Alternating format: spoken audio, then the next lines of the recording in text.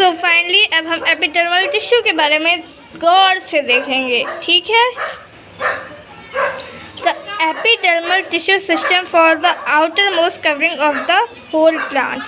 जो एपिडर्मिस होता है टिश्यू, वो पूरे प्लांट को कवर करता है। जैसे कि मैं हूँ, हम ह्यूमंस हैं, हमारी बोन्स किससे कवर होती हैं? ऑफ कोर्स हमारी स्किन से कवर हो रखी होती हैं वो। तो समझो कि प्लांट जो है वो एपिडर्मिस से कवर हो रखा है। जैसे हमारे बॉडी में जो स्किन का रोल होता है, वैसे प्लांट की बॉडी में वो एपिडर्मिस का रोल होता है। जो प्लांट बॉडी है उसमें होता है epidermal cell, stomata and epidermal appendages. देखो एपिडर्मल सेल तो याद रहेगा, अब एपिडर्मल टिश्यू का नाम है तो एपिडर्मल सेल तो ऑफ कोर्स याद रहेगा, ठीक है। स्टोमेटा तो हम इसके बारे में बचपन से ही सुनते आए हैं, स्टोमेटा क्या है ना। एंड एपिडर्मल अपेंडेजेस, अब तुम्हें अपेंडेजेस ही एक वर्ड है जो याद करना पड़ेगा, बाकी सब तो कॉमन है ना, बाकी सब हो जाएगा, है ना। ट्राइकोम एंड हेयर, देखो जो ट्राइकोम है वो शूट है, इसको बोलते हैं, तो ये याद रखना, ठीक है। जो एपिडर्मिस होती है वो आउटर मोस्ट लेयर होती है, प्राइमरी प्लांट बॉडी पहले ही बोल चुके हैं हम। जो एपिडर्मिस होती है वो इलोंगेटेड और कॉम्पैक्टली अरेंज सेल से मिल के बनी होती है, और ये फर्दर एक कंटिन्यूस लेयर फॉर्म करती है। जो एपिडर्मिस होता है वो सिंगल लेयर ही होता है, ठीक है। तो एपिडर्मिस एक लेयर होता है, वन लेयर ओनली, ठीक है। अब ये याद रखना कि एपिडर्मिस की सिर्फ सिंगल लेयर होती है। जो एपिडर्मल सेल है वो पैरेन्काइमेटिस सेल से बने होते हैं, ठीक है। एपिडर्मल लेयर पैरेन्काइमेटिस सेल से बने होते हैं। तो एपिडर्मल किससे बना है? अगर कोई पूछेगा क्या बोलोगे? तुम बोलोगे पैरेन्काइमेटिस सेल से बना है। Epidermal parenchymatous cell, epidermal parenchymatous cell.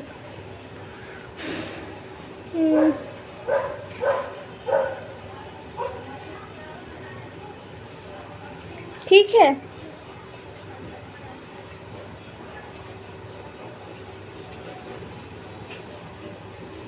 A small amount of cytoplasm lining, cell wall and large vacuole outside of the epidermis is covered with waxy thick layer called cuticle, ठीक है। अब इनमें क्या क्या है वो बात हो रही है। इनमें स्मॉल अमाउंट ऑफ साइटोप्लाज्म होता है, सेल वॉल, लार्ज वैक्यूल होता है, ये बकवास हो रही है। अब इस पर इतना ध्यान देने की ज़रूरत नहीं है। अब इसकी एक और बात आ गई है, आउटसाइड ऑफ द एपिडर्मिस। जो हमारा एपिडर्मिस है वो एक फर्दर कवरिंग से कवर होता है, जिसे हम क्यूटिकल बोलते हैं। Outer side of the epidermis is often covered with a thick.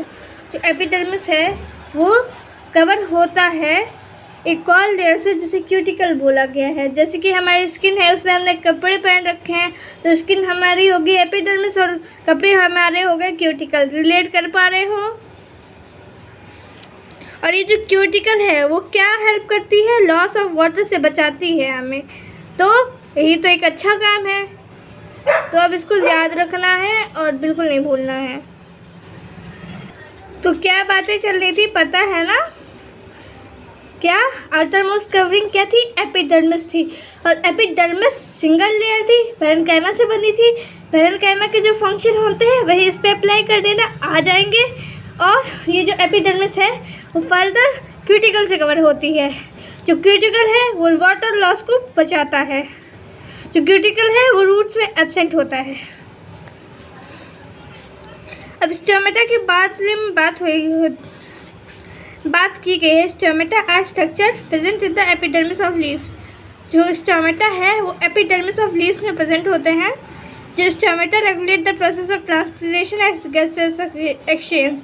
जो स्टोमेटा होता है वो ट्रांसपिरेशन और गैस एक्सचेंज, CO2 ऑक्सीजन का एक्सचेंज करने में हेल्प करते हैं। Stomata is composed of 2 bean shaped cell known as guard cell. जो स्टोमेटा है वो बीन शेप्ड सेल से बना होता है, जिसे गार्ड सेल बोलते हैं, और इसके अंदर स्टोमेटल पोर भी होता है। और ये जो ग्रासेस में है, देखो जो डाइकॉट्स है उनमें जो शेप होगा वो बीन शेप होगा, और जो मोनोकॉट्स है उनमें जो शेप होगा स्टोमेटा का वो डम्बल शेप होगा। तो कोई पूछेगा स्टोमेटा का शेप डाइकॉट वर्सेस मोनोकॉट में क्या है, तो क्या बताओगे? डाइकॉट में है बीन शेप, मोनोकॉट में है टेम्पल शेप। हो गया, ठीक है। The outer wall of guard cell from the stomata pore, जो आउटर वॉल, जो गार्ड सेल की आउटर वॉल होती है वो स्टोमेटा पोर फॉर्मेशन में हेल्प करती है। देखो अब मतलब ठीक है गार्ड सेल है, लेकिन गार्ड सेल में एक स्पेस होती है जिसकी मदद से एक्सचेंज होता है गैसेस का और ट्रांसपिरेशन होता है, तो वो जो स्पेस है उसी को ही स्टोमेटा पोर बोला गया है। Thin and inner walls,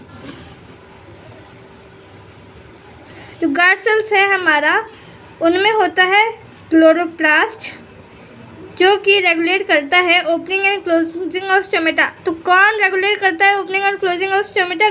chloroplast, ठीक है, याद रखने का।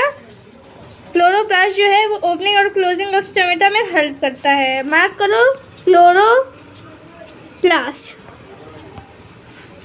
Sometimes a few epidermal cells in the vicinity of ground cell become specialized in the shape।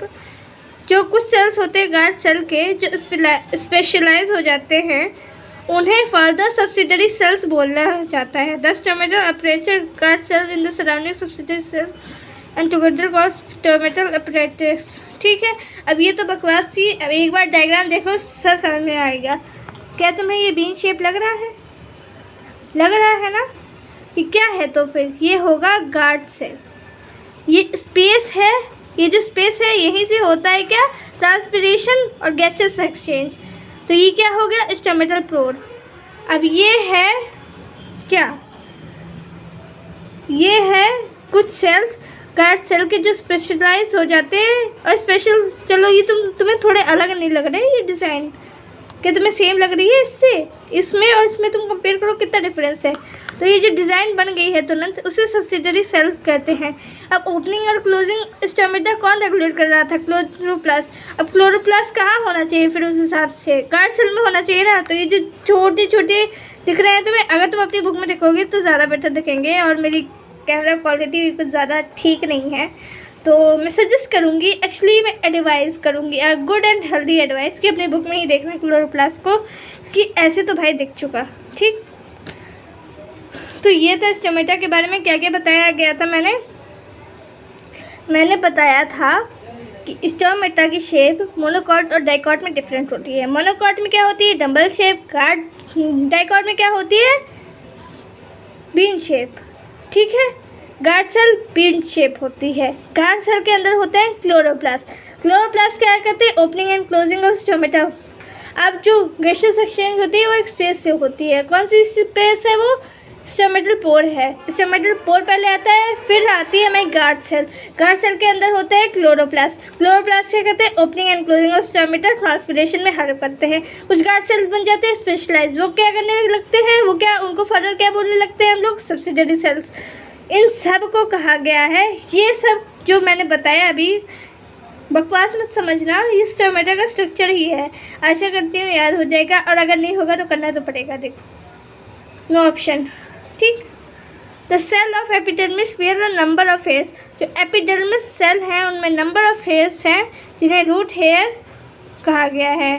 जो रूट हेयर हैं वो यूनिसेलुलर होते हैं, लंबे होते हैं, और जो ये इनका मेन फंक्शन होता है वाटर और मिनरल का एब्जॉर्प्शन।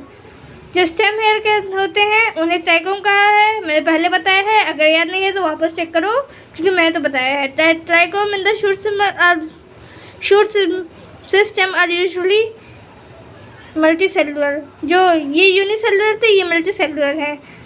ये ब्रांच और अनब्रांच इनकी मर्जी है भाई, इनको ब्रांच करनी है तो ब्रांच होंगे, नहीं करनी है तो नहीं होंगे।